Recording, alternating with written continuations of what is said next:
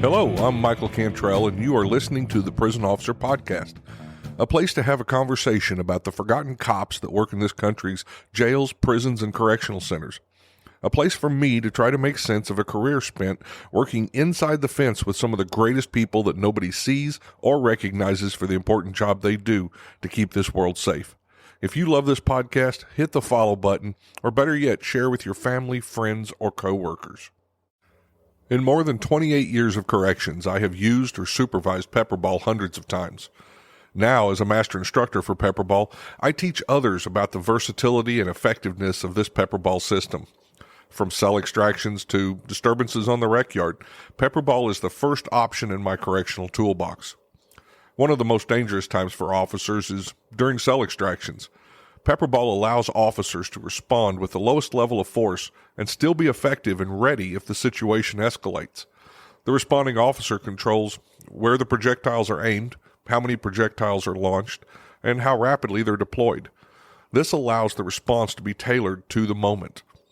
To learn more about Pepperball, go to www.pepperball.com or click the link below in the show's information guide. Pepperball is the safer option first. Hello and welcome back to the Prison Officer Podcast. Today's episode I'm going to talk about PREA. It's something I've put off for quite a while, and it's something that you probably don't want your children to listen to.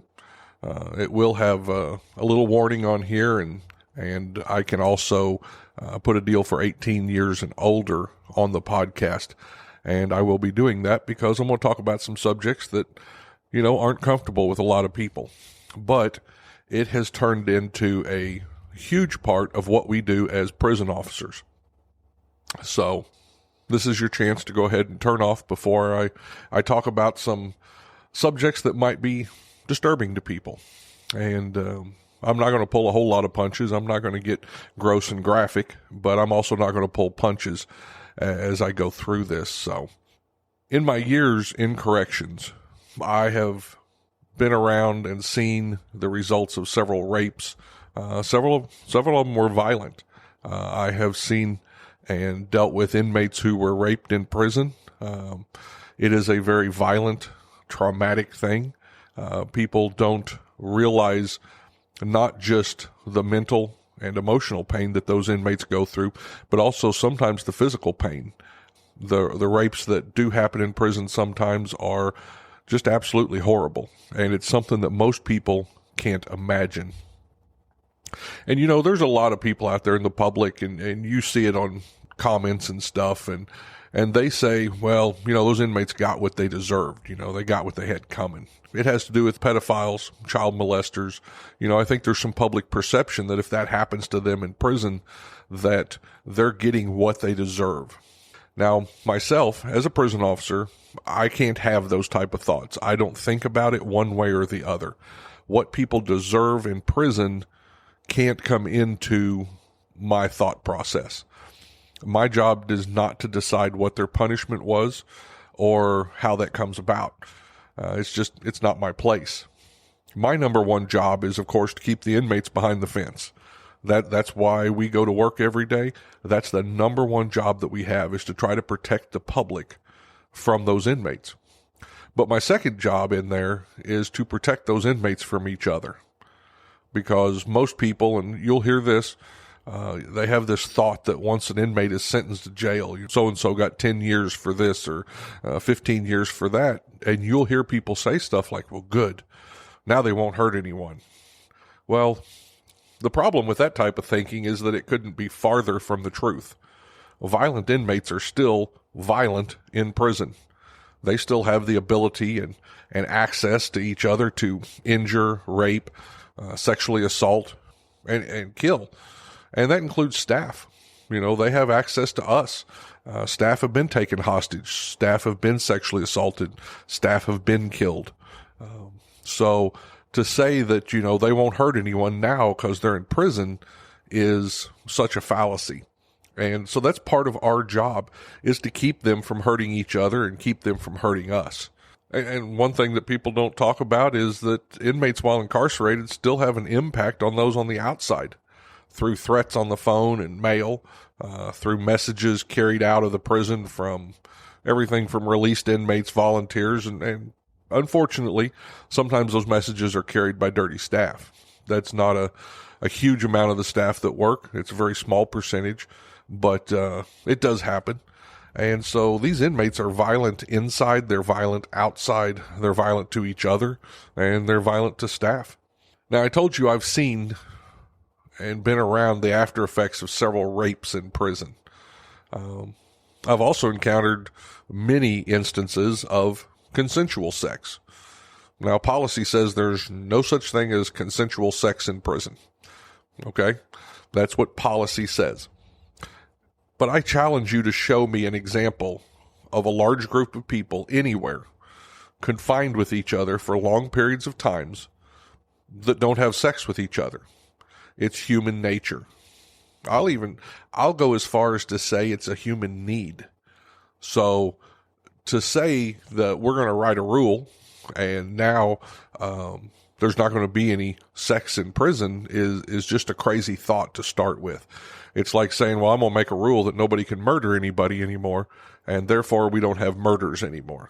It's not a rational thought. And thinking that that's going to stop anything by policy isn't a rational thought either. So kind of to go back to the beginning of some of this, in 1992, the Federal Bureau of Prisons did a couple of surveys, and they came up and estimated that between 9 and 20% of inmates had been sexually assaulted. And there were some later studies, one in 1996 that concluded that the rate was somewhere between 12 and 14%. And another study by Daniel Lockwood in 1986 put that number around 23% for maximum security prisons in New York. So these studies came out, and that garnered a lot of attention. When you say that a quarter of the inmates in a maximum security prison are being sexually assaulted or raped.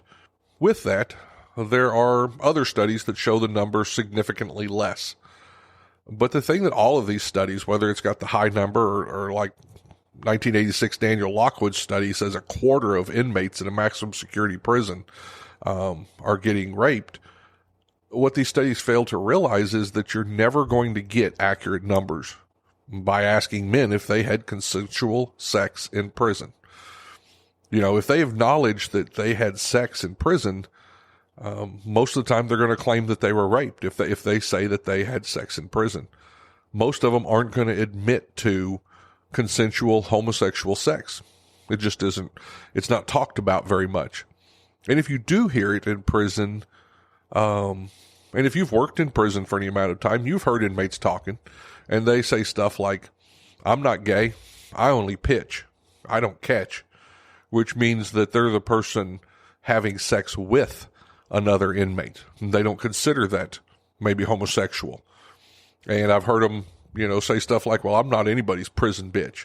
And then the next thing you know, they say, I'm going to punk you out, which means they're going to have sex with you. And I've had some inmates who were really honest with me, and they went as far as to say that they're not gay. The minute they get back out in the world, they will only have sex with women. They're not gay. They don't think they're gay. They don't think they're homosexual. The minute they have a chance to have sex with women, they will. But they've said they have a need while in prison to have sex.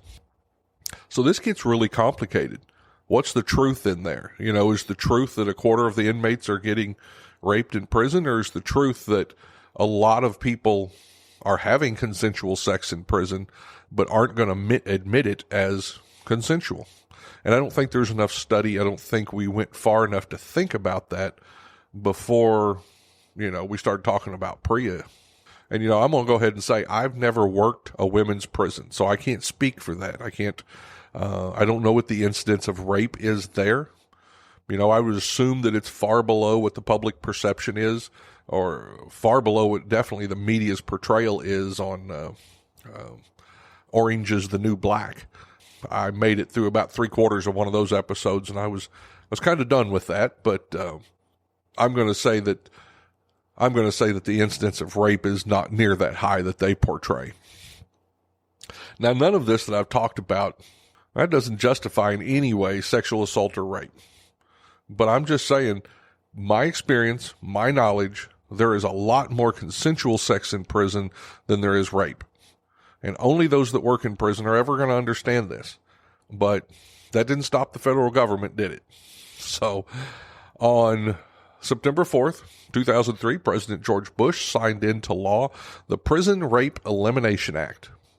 Which right there, the Prison Rape Elimination Act, if there's something like rape that we can eliminate, then why can't we eliminate a lot of other stuff in this world? Let's eliminate murders. Let's eliminate child abuse. The whole acronym of PREA, Prison Rape Elimination Act, was a misperceived attempt at something that's not even feasible. That was the beginning of this. We started off with this act, and it listed as its goal at the time to eradicate prisoner rape in all types of correctional facilities in this country. The act aimed to curb prison rape through a zero-tolerance policy, as well as through research and information gathering. The act called for developing national standards to prevent incidents of sexual violence in prison. It also made policies more available and obvious. Well, first off, I've been working in prison, I've been around this for more than 30 years. There's always been zero tolerance for rape. Nobody is letting rape happen in prison that I knew of. I'm not saying that there aren't bad staff out there. There's always that small percentage of bad staff. But to say that this law started a zero tolerance policy, that's not true. It's been in policy ever since I started in corrections. And by making data on prison rape more available to the prison administrators, as well as making corrections facilities more accountable for incidents pertaining to sexual violence and prison rape. But the other thing PREA does is it authorizes money in the form of grants for a wide variety of implementation associated with activities. These grants can be utilized by state agencies for personnel, training, technical assistance, data collection, and equipment to prevent, investigate, and prosecute prison rape.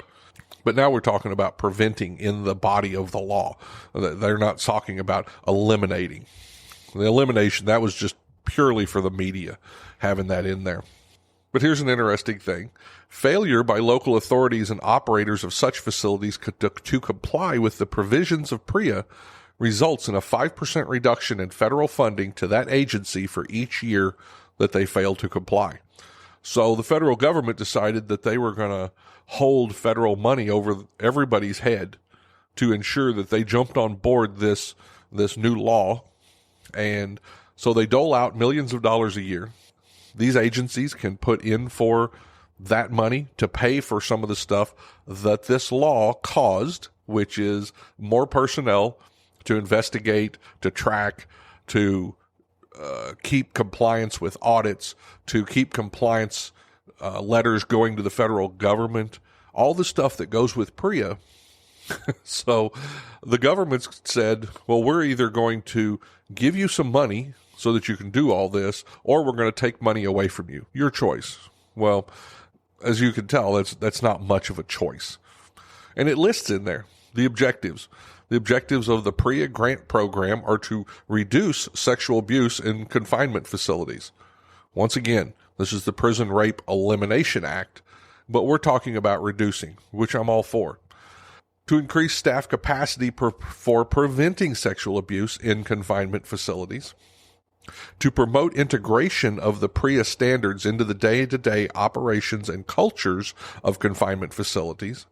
To identify and document innovative and promising practices in order to inform similar efforts across the nation, and to create cultures of zero tolerance of sexual abuse in confinement facilities. So that's what they want to accomplish with the grant program. Almost none of that has been accomplished. I have not seen any change to the positive in my career with PREA. I don't know that I see less inmates having consensual sex than I did before. And I still see incidences once in a while, like I did before, of actual prison rape. So, what do we have here? What have we created? Well, we talked about what PREA was supposed to do, so now I'm going to talk a little bit about what it's actually done. One thing that it's done is it's hampered staff's ability to conduct appropriate visual searches. Now, there's a lot of talk out there. You hear a lot of people discussing the number of cell phones that are in our prisons, the amount of contraband that's coming in our prisons these days, and the direct correlation with a lot of that, one, I will admit, is the size of technology. Technology has gotten much smaller than it used to be, so it is easier to move that contraband. But the second thing that's happened is staff are nervous about doing visual searches because so many, I'm going to even throw out a number here.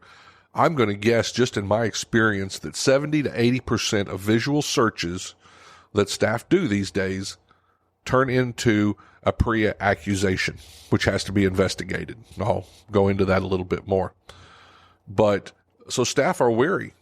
They don't want to do visual searches, which is the only way to stop contraband in your prisons. A lot of people may not like that. A lot of people don't think it's right for me to step up to an inmate and say, come here, take him into a room and say, I need you to take your clothes off. I want to see what you've got on you.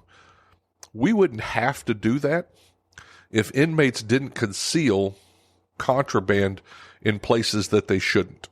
Okay? Inmates carry contraband tucked up under fat. Females, I've heard, do it tucked up under their breasts. Men do it between their butt cheeks. Women and men both insert contraband inside of them in order to get away with not getting caught with it.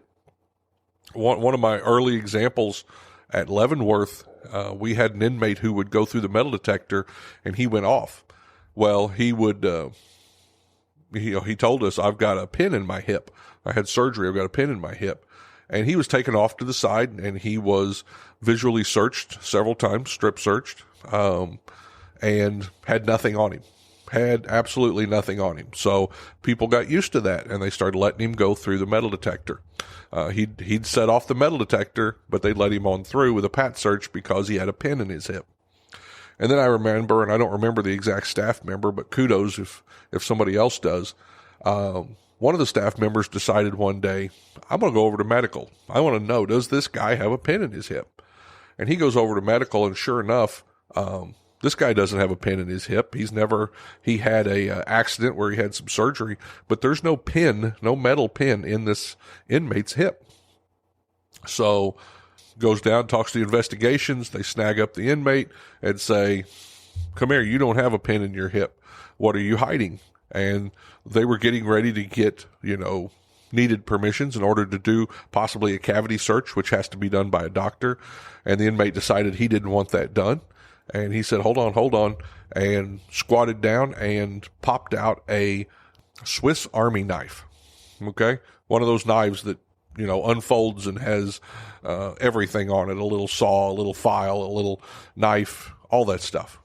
He had been carrying that Swiss Army knife for more than 2 years. Since he came into booking at the county level, he'd had that with him and carried it all the way through booking, through court, through sentencing, and now here he is at Leavenworth, and he still has it with him. When you say that, we're too paranoid or that, inmates can't do that, that's crazy. Yes, they can. They can do stuff that the normal person can't imagine. So it's instances like that. Why do we need the ability to do a visual or a strip search? That's the reason. Because inmates routinely, on a regular basis, are hiding stuff from us in some of the most personal areas that they have. And we have to be able to look at those. We have to be able to see whether or not they are hiding contraband.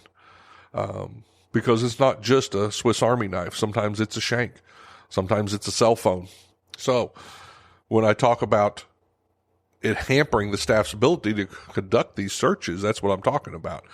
Staff need to be able to do that, but they're reluctant now and almost scared to put hands on inmates due to these perceived PREA threats. So that has upped the amount of contraband that's roaming around in our jails and prisons, my opinion. PREA audits.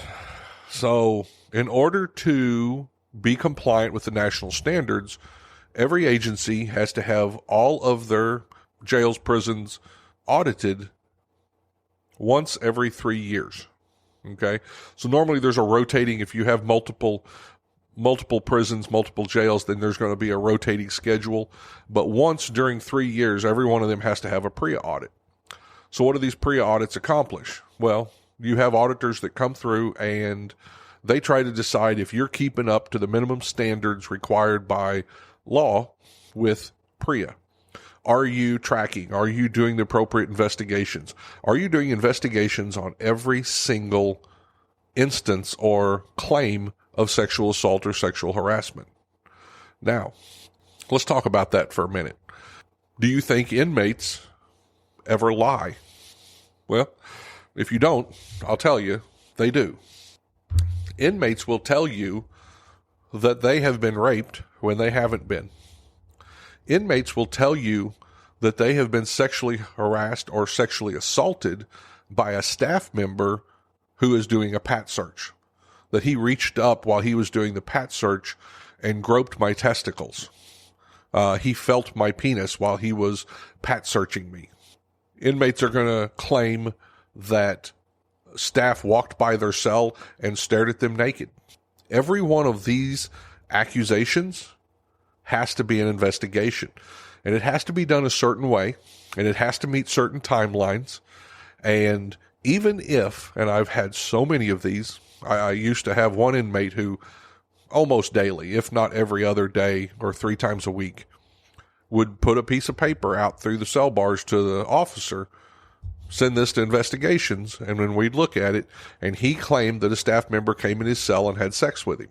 Well, the first thing we'd do is pull the cameras. And he was in a cell, and from that point on, remained in a cell that was in front of the walk cameras so that we could pull that up. Well, at no time did anybody go in his cell or stay in his cell or spend time in his cell or do anything through the tray slot to him.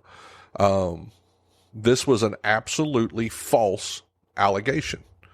Not a little false, not a maybe false. It is absolutely false. Nobody had contact with this inmate on any of the instances. And we were getting multiple instances weekly. Every one of those has to be investigated exactly the same. You can't say, well, this inmate has not been truthful in the past. You can't say this inmate has made 100 false allegations. Therefore, I shouldn't have to do as much investigation of number 101.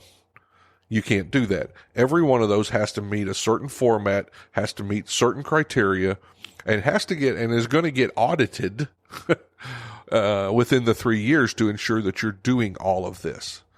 Now, you want to talk about a waste of time.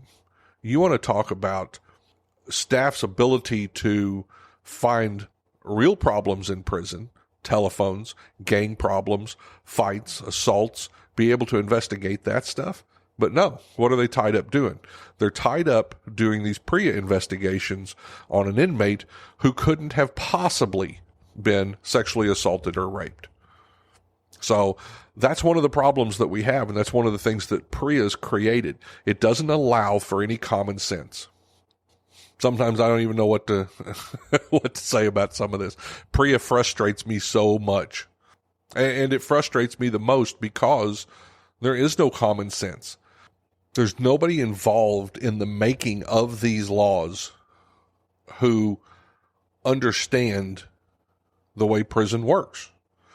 These laws were brought about as a knee-jerk reaction to some incomplete data who everybody jumped on, and it made them feel good to make a law that was going to eliminate rape. So that's why it frustrates me so much. That's what you hear in my voice. I've dealt with this for many years, not only as an officer, getting false accusations against me, but as an investigator and then as a supervisor and administrator. And at no point during that did it make sense what we were doing and the money we were wasting, the millions of dollars that get wasted every year on a law, on a perceived goal that can never be reached. Not saying that we couldn't and can't do a better job at it, but PREA was not the answer, and PREA is not the answer. But with all that said, PREA is what we have to do. PREA is mandated by federal law. So, like most things that the federal government touches, it has become big and overburdened, and it's not doing what it was meant to do. But we have to deal with it. And even though it's doing a lot more harm than it is good in our jails, what can you do now? As a prison officer, what can you do to deal with this inside your facility? And sexual assault in prison always has been and always will be zero tolerance. Your policy says it's zero tolerance. It always has. So it's our job to protect those inmates from each other. Just because I don't like PREA and I don't like the implementation of it and I don't like what it does to our system doesn't mean that I should turn the other way when there are things going on in prison that involve rape or sexual assault, that our inmates are being taken care of from each other and sometimes staff. And I know that a lot of people are going to throw that up. It's been in the news lately. There was a news article, I believe, still going on with a warden at a female institution who was sexually assaulting, sexually harassing. I don't even know what all he's been convicted of. But, those make everybody look bad when that happens. That's a small percentage of the number of people that are out there working, doing a good job. And it's hard for people to see that. It's hard for them to see that because you can save 100 lives today in the prisons you work in. You can wade through blood and save that guy who's tried to hang himself. You can break up that fight and probably got yourself hurt breaking up a fight between inmates or a gang. And the newspapers aren't going to report that. It's not going to be anywhere on the newspaper, on the internet. But when something like this happens, of course, every major newspaper and every television media outlet, they cover that like it has something to do with all of us. And it doesn't. It's not part of our culture. It's not part of who we are. It is a very small piece of dirty staff. And there's no occupation that you can find who doesn't have dirty staff.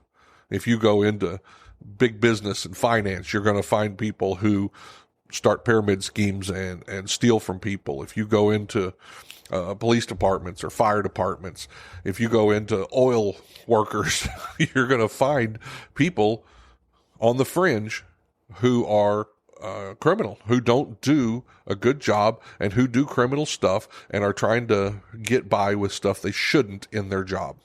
But that doesn't reflect on all of us, and I hope you guys can step away from that and not let that feeling bring you down. But back to what I said, it's our job to protect them from each other. And in the rare occasion, it's our job to protect them from us. So that's one of the things that we can do right now, and we have been doing. In your facility, there should also be a zero tolerance for sexual harassment, not only of each other, but of staff. And a lot of places think staff, you took this job, you should expect some of that. And to a certain degree, I understand that. For myself, I don't let a lot of those things bother me, and I would ignore them, and I did for years, until I realized that by me ignoring what they were saying to me, that it was kind of giving them permission to sexually harass the other staff. So I had to bring myself around and say, look, I've got to have this zero tolerance for nasty talk, from inmates. Don't allow them to talk to you in a derogatory or in a sexual way. Not even with jokes. I have seen staff who swap jokes and, dirty jokes with inmates. We can't do that. If it's at all sexualized, that's wrong in the workplace, and it gives that inmate the impression that they have the ability to do that with other staff. So we have to have a zero tolerance for sexual harassment. Once you allow that type of behavior, it will only get worse. Now, another part of that is chronic masturbators. And I know if any of you that have worked in jail or prison for very long have chronic masturbators. I've worked in high security and mental health most of my career, so I've dealt with a lot of this. And it's one of those things that, yeah, you can walk by it and let them do their thing and do your count and ignore it, or you can hold them accountable for it, which is what we should do. Staff shouldn't have to go to work and see that every day. Even if you think you can push that out of your mind, that kind of stuff gets to you. And besides that, it makes a sexualized nature in your unit or in your facility. So we've got to check those chronic masturbators. And there's a few ways that you can do this, and none of it's easy. I'm not going to tell you this is one of the hardest problems to deal with in prison. But one of the first things you can do is your facility needs to contact the local prosecutor. And don't just go there to ask, but go there prepared. Bring law with you, copies of that, so that you can talk to them knowledgeably about having a sexualized agency or facility or culture. But talk to that prosecuting attorney. Bring him examples of what's going on in your institution, the way inmates sometimes have even tried to assault staff with masturbation through the tray slots or through the door. So bring that to him. Tell him, what kind of a problem this is, how it affects, how it causes a culture in your facility that needs to be dealt with, and see if you can't get some help from the local prosecutor on prosecuting these inmates for sexual assault. If you were to stand out in the mall and masturbate like these inmates do in prison, you would absolutely get arrested and put in jail, would you not? So why do we allow them to do it inside our prison? That can be prosecuted, but you're going to have the local prosecuting attorney on your side to do that. Some will, some won't. I've ran into both. But that's the first place to start. If that prosecutor doesn't want to deal with it, I'm just going to say sometimes a little public pressure can sometimes help you. So maybe you want to make, the general public aware of what your staff are dealing with, and see if that public pressure can't bring that local prosecutor around to helping you out with this. Another thing you can also do to slow this behavior, and I'm going to say this stuff, but you have to make sure it's within your policy and that your administration backs it. One of the ways I've dealt with it in the past is, first, you can start by minimizing the inmate's view of staff, okay?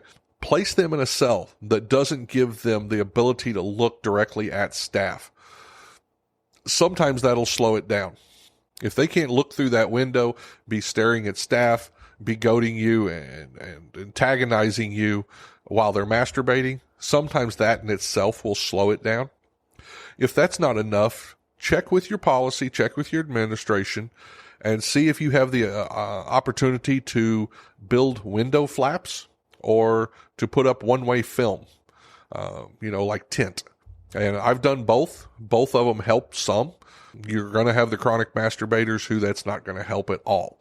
You can build little flaps that go over the window so that during checks you can pop it open, make sure the inmate's live and well and doing good for your checks up and down the range and for counts. And then the rest of the time that flap can be shut so that the inmate can't see staff and have that sexual gratification of masturbating to them. The one-way tint works good. Sometimes you have to buy and try that out. Depends on the amount of light in the hallway and the amount of light in the cell. But both of those can be ways that you can slow that if you're having that problem. One of the next things we'll talk about is pat searches. A lot of staff are hesitant to do pat searches these days. And the reason, once again, is because of these false allegations of a PREA. That the staff is trying to get sexual gratification by groping their genitals. These inmates learn what the law says and how to phrase what they're, these false accusations. So how do you take care of that? Do you stop doing pat searches? Of course not. We can't do that. It's too important of a part of our job. So first, if possible, position yourself under a camera. whenever you're going to do pat searches, if you're doing random pat searches on the yard or in the hallway, make sure that you've found where a good angle is for the camera so that you can have the inmate step over and be pat searched there. And that way, if something does come up and it does need to be investigated, these accusations are made, it's right there on camera and everybody can see what's going on. Another thing that I like to do as a captain, and you other administrators can do this, the inmates complain about how the officers do pat searches. Well, I'm the one that taught the officers how to do pat searches. I know the thorough pat search I expect. When I had the opportunity, going to mainline, going to the yard or being in the hallway, I would do random pat searches. That way the inmates saw that this wasn't just officers doing a pat search, a thorough pat search, that it was expected from all staff, from the top down. And so if you're an administrator in one of those agencies, you can set the tone. You can set the culture by doing those pat searches yourself. And it'll slow a lot of those PREA allegations. It did where I worked. Finally, these days, just never conduct a visual search alone. Doing a visual or a strip search was a regular thing when I came into corrections. Matter of fact, for a few years, I worked at a work release camp, and I saw so many naked butts, I took the mirrors out of my bathroom. And I know that's a joke, but every day, 200 to 300 inmates came back in the prison from outside work release, and we visually searched all of them, every single one. It was like 2 hours of doing nothing but visual searches and strip searches, however you refer to it. So now we still have to do them, but make sure that there's another officer with you. Even if it takes a few minutes for you to wait for somebody else to come there, don't give up on doing good visual searches. Wait till somebody else is there. It gives you a witness. It gives someone else to be there and say, this is what we found, or this is what we didn't find, or I saw Officer Cantrell and he did not do anything inappropriate during that visual search. He never touched the inmate, which during a visual search you're not going to. Those are some of the things you can do. PREA compliance isn't a choice. It's not something that we get to choose whether or not we're going to be compliant with PREA. So we have to work within it. And we have to continue to do our job to keep ourselves, to keep the other inmates safe inside that prison, and to keep the public safe. I don't know if that helps any of you. I've been wanting to talk about that for a while. It's a tough subject for most people. And I just tried to be honest and tell you how I see this from my point of view and from my time working inside. So, well, before I leave you today, there's one more thing I wanted to talk about. The other day I was interviewed, and one of the questions that they asked me was, why do you do the Prison Officer podcast? And I hadn't really put it into a why. I mean, I had some ideas when I first started this.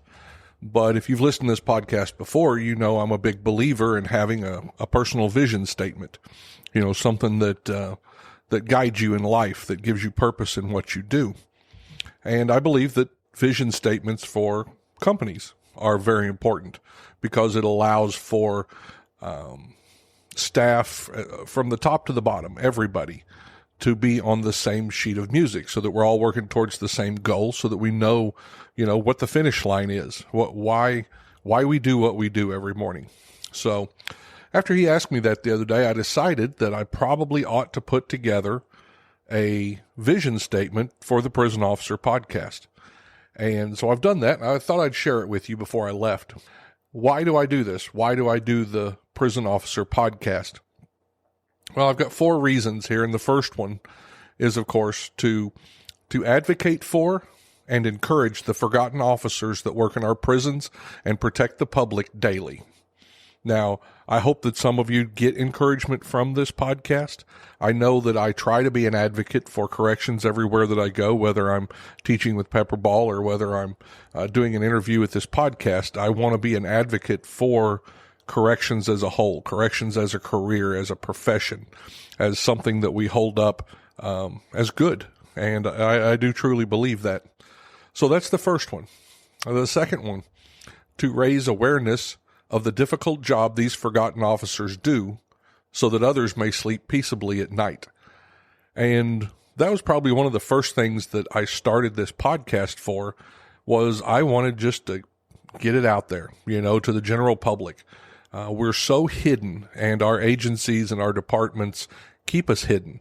They don't like people looking at what we do, and therefore they don't get to look at the good stuff that we do either. And I do see some of that changing.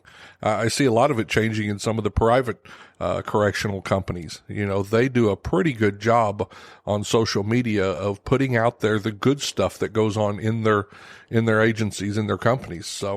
But I wanted people to know that they don't get to go to sleep at night just for no reason. There's people working every day, 24/7, to make sure that they get to do that they get to have a life that's not just crime-ridden, that they get to go to sleep without worrying that somebody's going to break into their house every 3 minutes. And that's what you guys do. That's what the prison officers do out there by keeping these inmates and these people that are sentenced for their crimes inside the walls and inside the fences. So I just wanted to raise awareness of that. That was another part. And next, to provide education and information to prison officers so that they may excel in their profession. And I know myself, when I first started, I didn't see that there was a career ladder, that there was a place for me to go, that there was something for me to reach for. I didn't feel like that. I felt like, I was going to be a correctional officer my whole life. And I don't want people out there to think that way. There are huge opportunities right now, more so than ever before. If you want to go up administration, if you want to move over from corrections into some other discipline, whether it be education or psychology or social work, you have the abilities to do that too. There's a lot of aspects to corrections, so don't just limit yourself to where you're at right now. You should be growing every chance you get, and hopefully listening to this podcast will help you with that. You can get smarter about what we do as a career, and I hope that helps you. And then finally, the last part of the vision statement was to raise awareness of the global corrections family. Although separated by mountains and oceans, it is still the same important work performed daily by amazing people. And that's not something I knew early in my career. Matter of fact, it wasn't something I really knew till I started this podcast, and I've gotten the chance to talk to so many people around the world, from Colombia, from Australia, from Canada, from England. I get to talk to these people as a regular part of my job and a regular part of this podcast now. So it excites me to learn that, that there's so many of us out there. You don't have to feel alone. Sometimes you do. Sometimes you're working that housing unit all by yourself in the middle of the night, and it doesn't feel like anybody else knows what's going on with you or the troubles that you're having or how stressful that job is. But the truth is, worldwide, there's somebody doing that job everywhere. We are one big global corrections family, so I hope people get that from this podcast too. I just wanted to share that with you before I left today, that I had put that together, and that's what I hope I do, and that's what I hope that this Prison Officer podcast can bring to people.